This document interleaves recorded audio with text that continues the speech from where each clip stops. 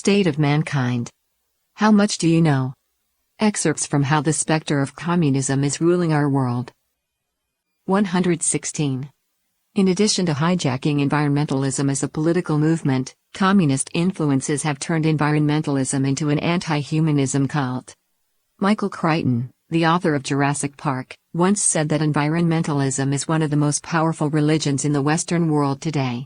He believes that environmentalism possesses the typical characteristics of a religion. There's an initial Eden, a paradise, a state of grace and unity with nature. There's a fall from grace into a state of pollution as a result of eating from the tree of knowledge, and as a result of our actions there is a judgment day coming for us all.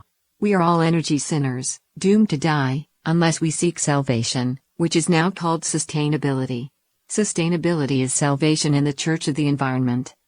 Crichton believes that all the creeds of environmentalism are a matter of faith. It's about whether you are going to be a sinner, or be saved. Whether you are going to be one of the people on the side of salvation, or on the side of doom.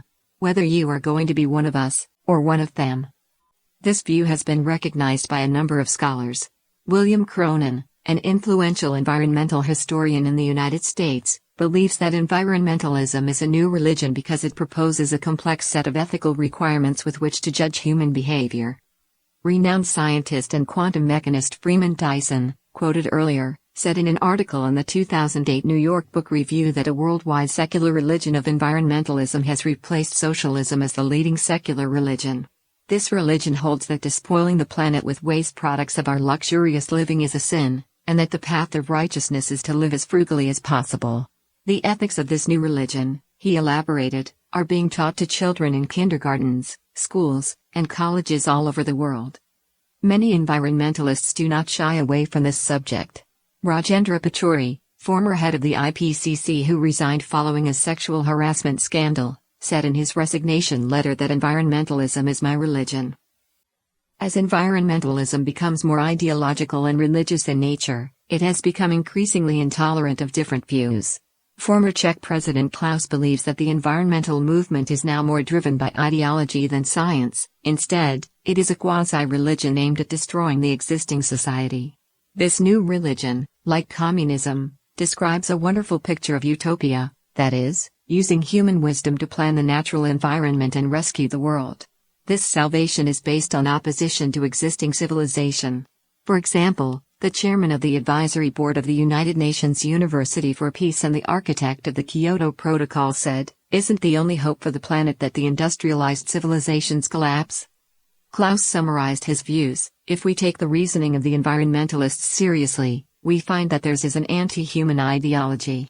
He agreed with biologist Ivan Brezina that environmentalism is not a rational, scientific answer to ecological crisis, but boils down to an overall denial of civilization.